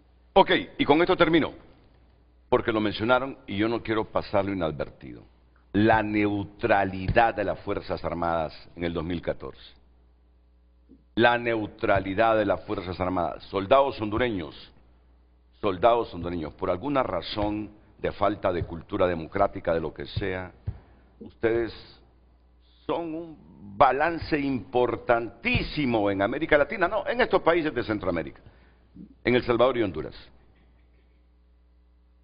¿Escucharon a nuestros amigos del Salvador? La neutralidad, están en la obligación. Si ustedes miran, después de los resultados irrefutables, luego de que presenten las impugnaciones los partidos políticos, lo que resuelve el CNE, lo que resuelva el Consejo, el Tribunal de Justicia Electoral, a ustedes no les debe importar. Ustedes deben ser garantes de esta institucionalidad. En otras palabras, Fuerzas Armadas, respeten eso que emana de la Constitución, por sentimientos o por lo que sea, aún y cuando en cada soldado hay un sentimiento político, hay filosofía, hay doctrina, sean neutrales, porque cuando ustedes, por objetivos personales de la cúpula, se inclinan para un lado, terminan de distorsionar los procesos. Fuerzas Armadas, estáis en la obligación de ser neutral, como lo hicieron las Fuerzas Armadas de El Salvador en ese momento crítico de esa diferencia tan reducida entre la derecha y la izquierda. No traiciones a Honduras, no traiciones a Honduras, porque decía Bessi, yo soy del criterio que no deben existir Fuerzas Armadas, dice. ¿Y sabes qué? En Honduras aumenta esa idea. Yo soy del criterio que no, que deben haber Fuerzas Armadas, porque mira, cuando el país está complicado por la naturaleza o por algunos problemas, son garantes cuando son neutrales. Yo lo he visto en Honduras, son garantes cuando son neutrales. Terminan de despellejar la democracia cuando se inclinan violentando la Constitución. No se vayan, amigos salvadoreños, creo que la mejor decisión en los últimos tiempos que estén ustedes aquí, ya escucho el criterio de ustedes sobre esto, que nos sirva de experiencia y que tengan un peso en la espalda, que el próximo Congreso debe resumir las inquietudes de nosotros los hondureños y no volverse cómplices de elecciones que se vuelven un trauma, ya no solo para Honduras, sino que para el mundo, hombre. Para el mundo se vuelven un trauma las elecciones de Honduras, porque al mundo le da pena y tristeza ver un país con pobreza en la cola, con las potencialidades que tiene Honduras, desgarrándose cada 4 años. Es una vergüenza, es una vergüenza. Vamos a la pausa y volvemos. En Frente a Frente nos interesa tu opinión. Gracias por sus mensajes. Opina un televidente, se tiene que comenzar dando resultados creíbles. Si no se procede a escrutar voto por voto, comparando con el cuadernillo donde hay sospechas de fraude, sin querer estarán debilitando la democracia y la institucionalidad del Consejo Nacional Electoral. Otro mensaje, opina ese televidente, la evidencia comparada muestra que la segunda vuelta en América Latina no garantiza automáticamente mejores características de gobernanza o gobernabilidad, si bien puede aumentar la legitimidad al exigir mayorías más amplias. Los estudios empíricos cuestionan que ello se traduzca en estabilidad política o eficacia gubernamental. Un estudio sobre 55 elecciones presidenciales en la región 1999-2019 concluye que la segunda vuelta no ha demostrado efectos claros en mejorar la gobernabilidad ni la estabilidad institucional. Otra opinión, damos lectura, me tomé el tiempo de sumar, dice, los resultados del CNE de todos los departamentos a nivel presidencial, específicamente los votos de Narrala, y la suma de los 18 departamentos más el exterior no coincide, escribe este televidente. Otra opinión, muy buenos días, resulta impostergable que el primer movimiento legislativo debería aprobar el balotaje, reducir los diputados suplentes, selección de diputados por distrito y salirnos del Parlacén, o que esos diputados sea por elección directa y no bajo la sábana del presidente.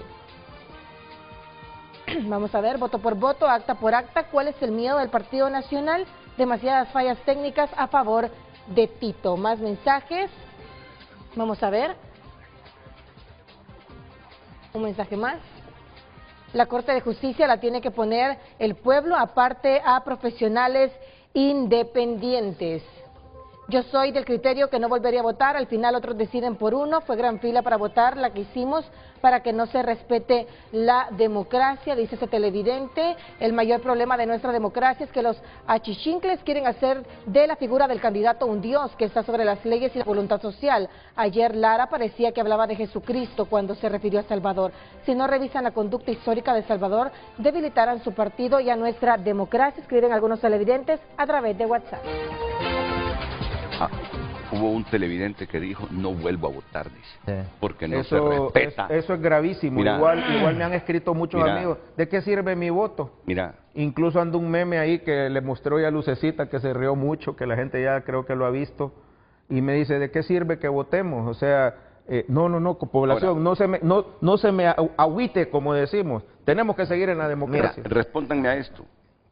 Respóndanme a esto. Yo voy a seguir defendiendo que respetemos la decisión, lo que nos diga el CNE. Lo que nos diga el CNE. Ustedes en el fondo creen, y les voy a hablar al puro estilo Catracho, ¿ustedes creen que le hicieron la ponga en esta elección a Salvador Narrala y al Partido Liberal? Ok, mira, el Partido Liberal hizo un enorme esfuerzo. Yo creo que aquí la gente no tiene un verdadero análisis de estas elecciones. ¿Cuántos votos sacó Yanni en la elección última como candidato del partido? ¿Te recuerdas? 300,000 votos. Sí. ¿Cuántos votos estamos sacando? 1.200.000. Nunca habíamos sacado 1 millón. O sea, el haber traído a Salvador, a Calix, a la abogada Maribel que participaron, el mismo Luis Zelaya, fue bueno para el partido. Sí. Porque en el 2009 el partido se divide. La parte que se llevó el expresidente Zelaya y los liberales que nos quedamos en el partido. El partido no podía competir. Por eso recién pasaron las elecciones generales y es más, la gente daba por desaparecido al Partido Liberal. Vos traías muchos analistas acá y te lo decían. El moribundo Partido Liberal. Yo me acuerdo un apellido García, que creo que participó ahorita, diputado por el Pino, él daba por muerto al partido.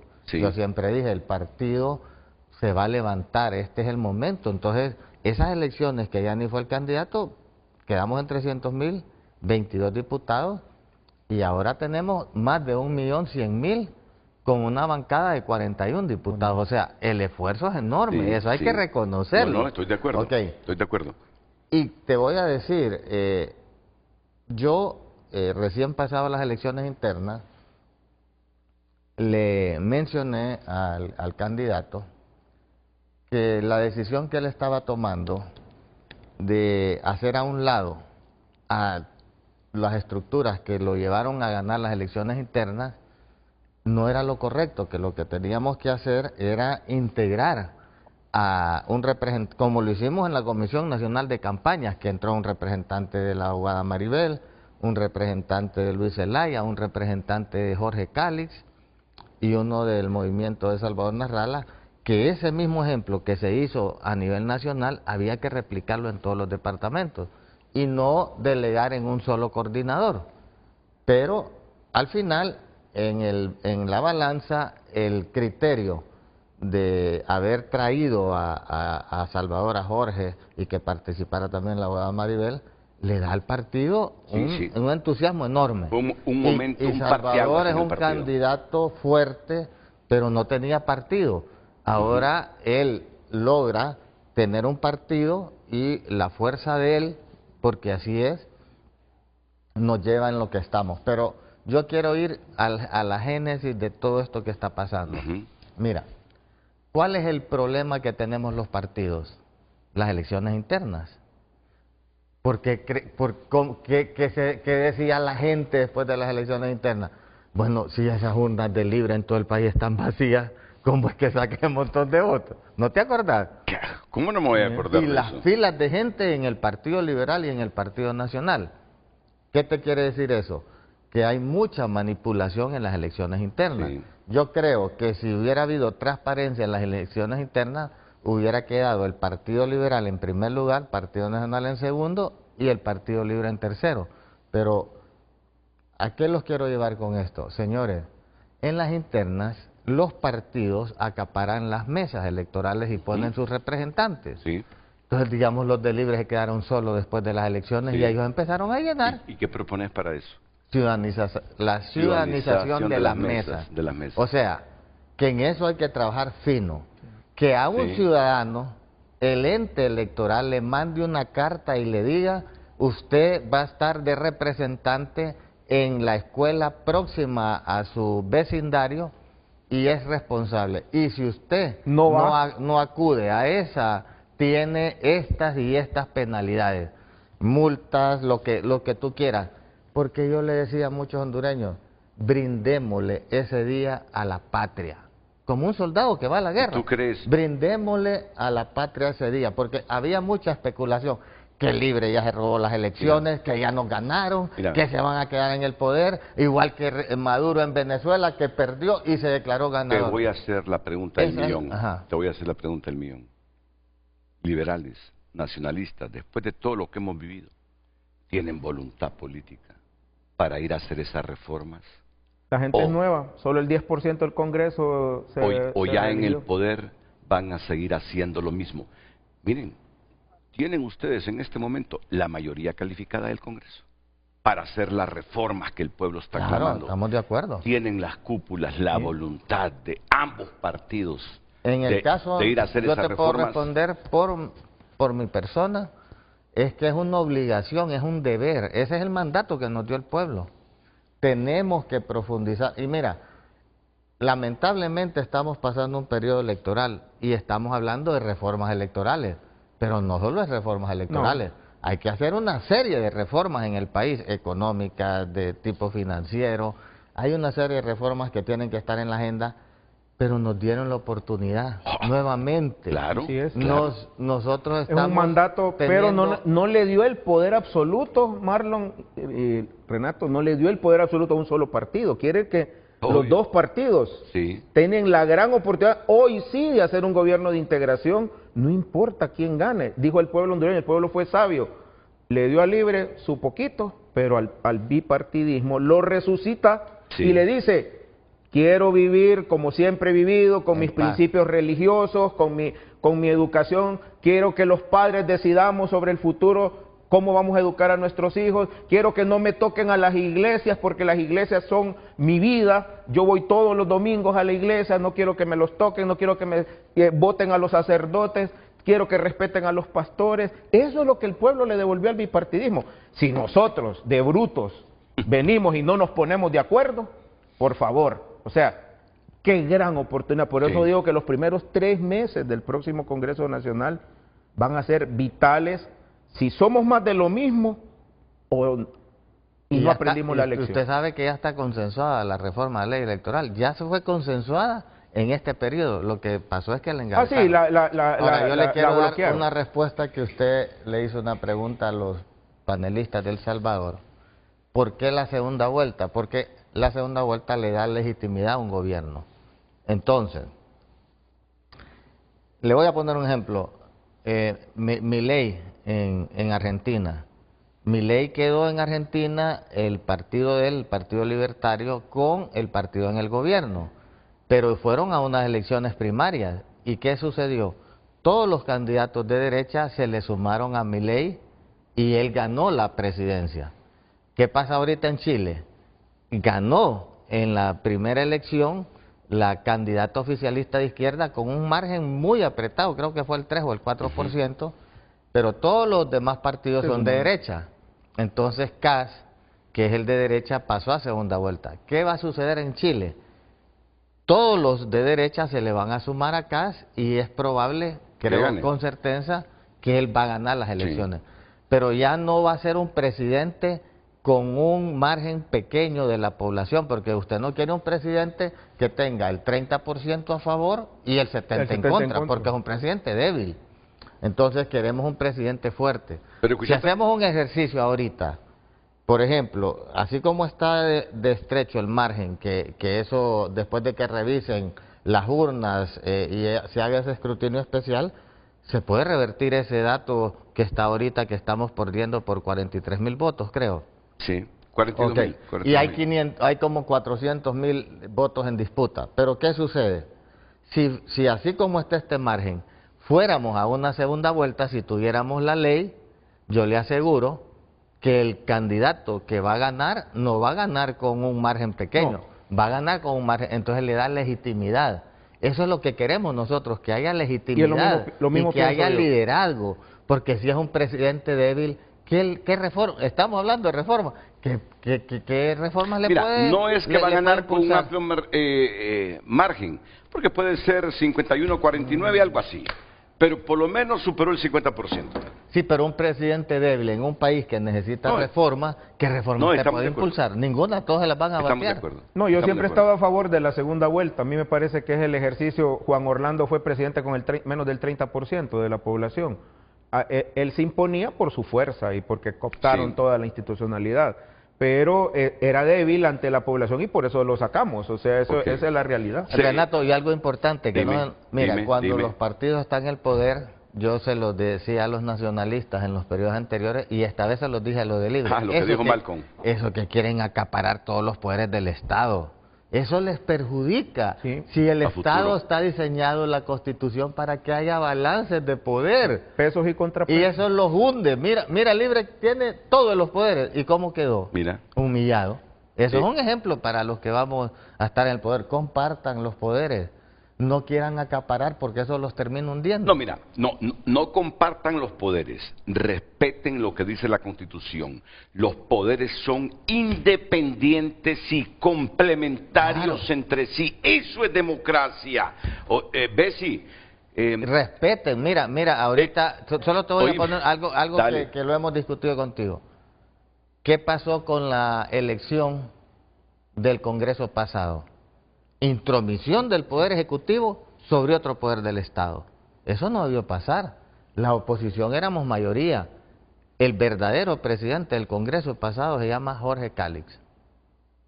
¿Cómo es posible que 44 diputados eligieron a Luis Redondo ilegítimamente y usurparon un poder del Estado? Ahí está pagando, Libre pagó esa factura cara. Y la pagó el pueblo hondureño también. Y ahora la pagó Luis Redondo por el castigo que recibió en el ¿Sabes qué están Costeño? pensando los amigos del Salvador? Esos hondureños, ¿cómo se parecen a nosotros? Lo que están discutiendo hoy... Mira, esa película ya la vimos. Correcto, ustedes ya la vivieron. Ustedes ya la vivieron. Ok, fíjate bien, ustedes ya la vivieron. Mira, ¿cómo termina y cómo viene la segunda parte? Mira, ¿y cómo viene la segunda parte? ¿Y cómo viene? Y se los digo, miren el día que se los digo, ojalá esté vivo para decirle a Marlon, ¿te acordás que te lo dije? ¿Te acordás, Jumeña, que te lo dije? En Honduras va a aparecer un Bukele, más temprano que tarde va a aparecer un Bukele. Oíme, yo estoy sorprendido con lo de Bukele, oíme. Ahí hubo la diferencia, de lo que ustedes están hablando. Y perdón que lo interrumpa, Renato. Con ustedes ha sucedido que le dieron la oportunidad a la izquierda y no les gustó, tienen sus reparos, no cumplieron y sus votantes insatisfechos regresan a los partidos tradicionales. Es el caso salvadoreño no pasó. En el caso salvadoreño, patada a la derecha, patada a la izquierda y agarraron a un caudillo, porque Nayib Bukele, más allá de lo que quieren decir, es una especie de caudillo, alguien que irrumpe en su momento con el discurso, que se vuelve atractivo, que le vuela palo a los partidos tradicionales, que se vuelve la voz, pelea internamente con el FMLN, la gente que estaba molesta con el partido le reconoce. El FMLN toma la grave decisión de expulsarlo, lo vuelve víctima. El Tribunal Supremo Electoral, en alianza a los partidos políticos, le quita el cargo haciéndolo más víctima. Entonces, la gente decide ponerlo en el poder y se vuelve el presidente de los nunca, porque en El Salvador nos dijeron, nunca nadie que no tenga estructura predictorial, que creo que lo repiten ustedes en Honduras, va a ganar una presidencial.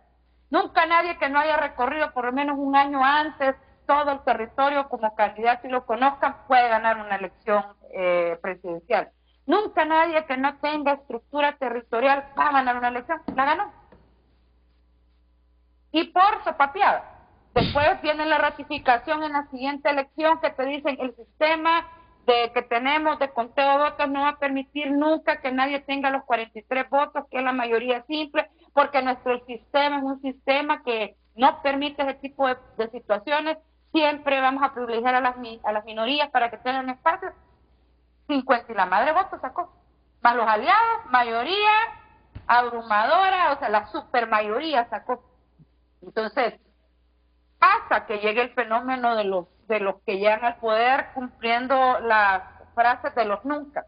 Esas frases de que nosotros tenemos una estructura, una institucionalidad que no va a permitir que eso pase. Eso funciona siempre y cuando no les llegue un caudillo.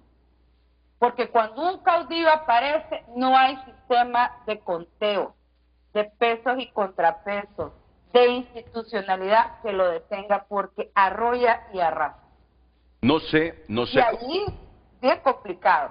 No sé cómo sigues viviendo en El Salvador. Sinceramente te lo digo, Bessie, no sé cómo seguir viviendo en El Salvador. Mira Malcolm dónde está en este momento. En alguna parte de la geografía del planeta, ¿eh? Y Honduras, menos en El Salvador, menos en El Salvador, menos en El Salvador. En Honduras, yo creo... Ah, dime. Es que es un poco más complicado porque en mi caso bien particular yo tengo 4 hijos y para mí no es tan fácil decir agarro la colcha, me llevo al chucho y ya me voy. Yo tengo 4 hijos y uno de ellos casado, o sea, si yo jalo, tengo que jalar con todo mi grupo familiar. Entonces parte del por lo menos lo que yo hago, y Malcolm se los puede decir, a pesar de que lo que ustedes están oyendo aquí en esta conversación, en El Salvador, la oposición no me quiere. Claro, porque yo tampoco quiero a la oposición. O sea, en El Salvador estamos como estamos por culpa de Arena y por el Frente. Punto. Y a mí no me van a sacar de eso porque Nayib Bukele es hijo de Arena y del Frente, y que se hagan cargo. Entonces, Malcolm, yo veo una distorsión en esa entrecomillada democracia salvadoreña con Nayib Bukele y todas las decisiones que ha tomado al verte a vos fuera de tu país, porque no tienes la seguridad de que tu país te proteja por tus posiciones. Desde ahí comienzo a ver que esa democracia está distorsionada, ¿no? Es lo que, sí, es lo que decía ya el diputado Lara, ¿verdad? El tema de concentrar el poder, de controlar todos los poderes, ¿verdad? En mi caso, en El Salvador, pues una sola persona controla el poder judicial, el poder legislativo. Hay que decir una cosa, porque pues sí, no sé cuán familiarizados están con nuestra historia, pero, o sea, sí, efectivamente el pueblo le dio la mayoría en la Asamblea Legislativa, pero esa mayoría no se traduce automáticamente en la voluntad para que destruya las instituciones, porque acá lo que ocurrió fue que en 2021, al tener la mayoría, sin ningún tipo de juicio, destituyeron a los magistrados de la Sala de lo Constitucional, que era el contrapeso natural que iba a tener este gobierno durante buena parte de su gestión. Destituyeron a los magistrados de la Sala, pusieron magistrados afines, y ¿cómo se llama? Y también destituyeron al fiscal general, que incluso ya estaba investigando al presidente en ese momento. Entonces, una vez hecho eso, esta sala que pusieron fue la que avaló la reelección presidencial, que nuestra constitución no la permitía, avaló la reelección presidencial de Bukele, que se reeligió en 2024. Eso amén de todo un montón de reformas electorales que han hecho más estrecho el canal para que puedan quedar candidatos de otros partidos políticos, ¿verdad? Se redujo el número de diputados, se cambió la fórmula electoral que ocupábamos para elegirla, de Jare pasamos a Dont, y así diversos cambios, ¿verdad? Y lo último, por ejemplo, a inicios de este año, se quitó la deuda política, es decir, el financiamiento público que el Estado da a los partidos para que puedan funcionar y no ser permeados por dinero, pues, mal habido. Entonces, no es que esta persona ha obtenido el poder de manera legítima o que esa legitimidad se le ha dado el voto del pueblo. Como repito, el pueblo lo ha votado y efectivamente por las medidas que ha tomado en materia de seguridad, pues reduciendo drásticamente las pandillas, pues obviamente la gran mayoría de los salvadoreños pues se sienten contentos con eso es innegable. Pero esto ha sido a costa de, bueno, de llevar ya 3 años bajo un régimen de excepción que se ha prorrogado muchas veces, ¿verdad? Están suspendidas varias garantías constitucionales en El Salvador, a costa de persecución a periodistas, luchadores de derechos humanos y todo aquel que se atreva a disentir de la voz oficial. Entonces, así es como estamos, ¿verdad? Entonces, ese control de todos los poderes no ha sido como en automático, y además más bien ha sido un desmontaje de la institucionalidad. Bueno, Bessie decía al inicio, Arena... By the book ha sido, del libro, de manual, ha sido el desmontaje. Sí, sí, cabal, como el manual de cualquier dictador. Entonces, Bessie decía al inicio, sí, decía, ni Arena ni el Frente hicieron las reformas necesarias para cuando ellos ya no gobernaran. Tiene razón, eso es un buen mensaje, es decir que uno debe de hacer las reformas pensando en cuando ya no va a estar en el poder. Sin embargo, en nuestro país, aunque fuera de manera incipiente, teníamos una ley de acceso a la información pública que permitió conocer lo que se robaron presidentes como Tony Saca, como el mismo Mauricio Funes, mismo Sánchez Serén. Hoy, toda la información sensible del Estado la pone bajo reserva el gobierno de Bukele. Entonces es difícil, pues sí, poder señalar la corrupción si toda la información la reserva, información que debe ser pública, de cosas, y pues sí, inverosímiles. Solo quisiera, aprovechando que tengo la palabra, mencionar, porque hablaba, por ejemplo, el diputado Lara hablaba de la ciudadanización de las mesas electorales. Como les repito, yo no les puedo decir hagan esto o hagan esto otro, lo que podemos es contarles nuestra experiencia. En El Salvador, yo les decía que desde 2014 la sala prohibió que los representantes de los organismos electorales tuvieran vínculo material o formal con los partidos. Eso venía desde los magistrados, pero también se replica hasta abajo, hasta las juntas receptoras de votos. Entonces, ¿en qué se traduce esto? En que los partidos siguen proponiendo a los miembros de las mesas electorales, las juntas receptoras, pero estos supuestamente tampoco tienen vínculos formales ni materiales. Eso genera un problema porque ya no pueden poner a sus afiliados, sino que ya tienen que andar buscando gente. Entonces, solo ahí hay una reducción drástica de personal para cubrir las mesas. Hay que decir, para cuidar el voto, para cuidar el voto. Sí, los partidos pues tendrán muchos defectos, pero son muy buenos organizando las elecciones. ¿Por qué? Por lo que ya la misma vez sí decía, porque entre ellos mismos se vigilan uno con otro y eso permite... Se agarran la cola. Se agarran la cola, dijiste, correcto. Entonces, si se les quita el universo de donde pueden proponer, hay una primera afectación. Luego, como ya les explicaba a veces, a diferencia de lo que están viviendo ustedes con un resurgimiento de los partidos liberal y nacional, acá en El Salvador, más bien ha sido al revés. Los partidos tradicionales, AREN y FMLN, están por el suelo, con muy poca representación. Entonces, ese es un segundo elemento, no tienen gente para proponer para las mesas. Entonces queda un vacío pongámosle, de 90,000 personas que hay que ocupar para las mesas, vienen y los partidos en conjunto solo logran proponer alrededor de, digamos, 30,000. El resto, por la ley electoral, se sortean de entre todos los ciudadanos mayores de 18 años, que es la famosa ciudadanización. Sí.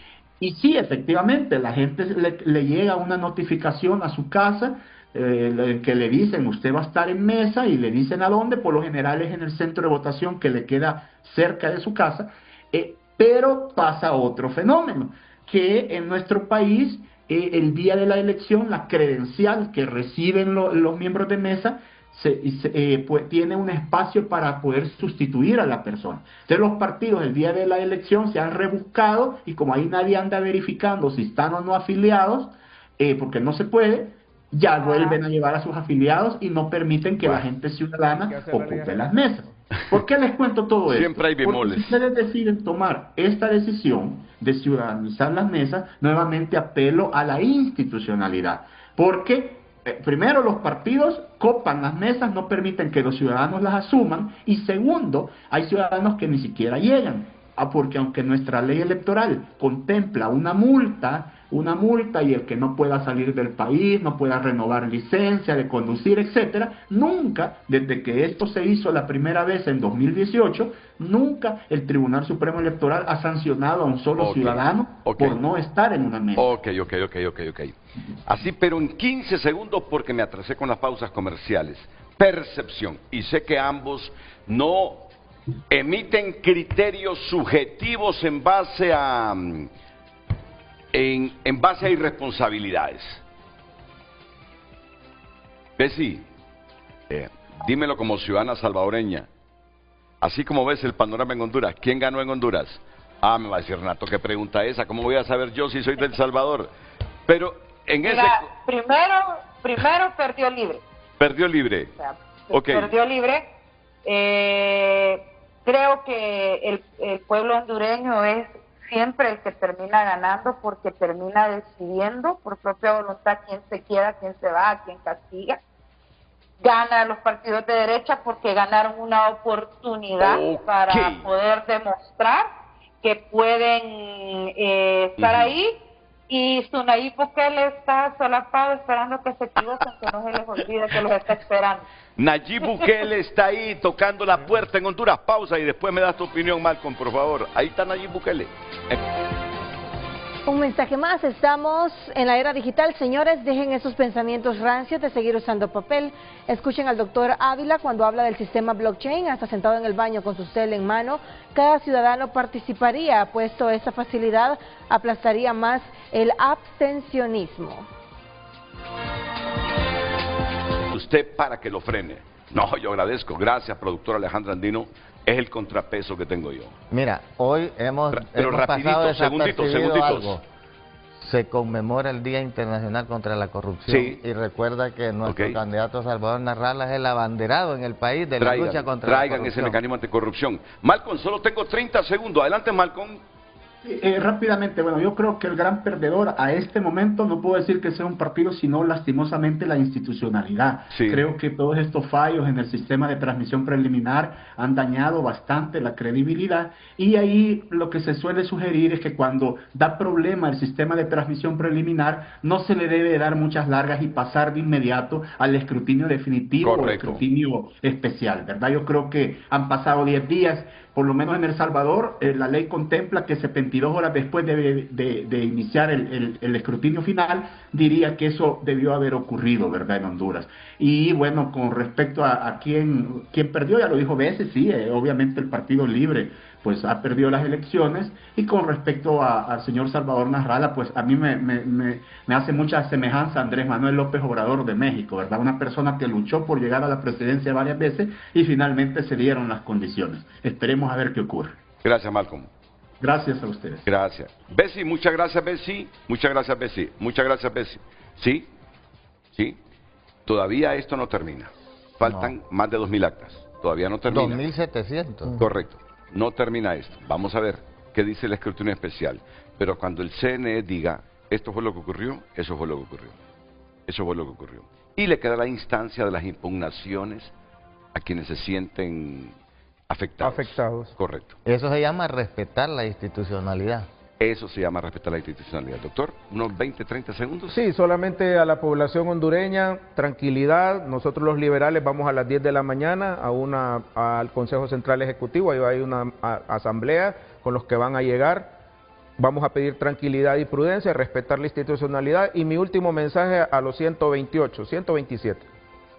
No seamos más de lo mismo, tenemos una gran oportunidad. Los primeros 3 meses tenemos que ser diferentes y hacer leyes en beneficio de Honduras. Pausa comercial.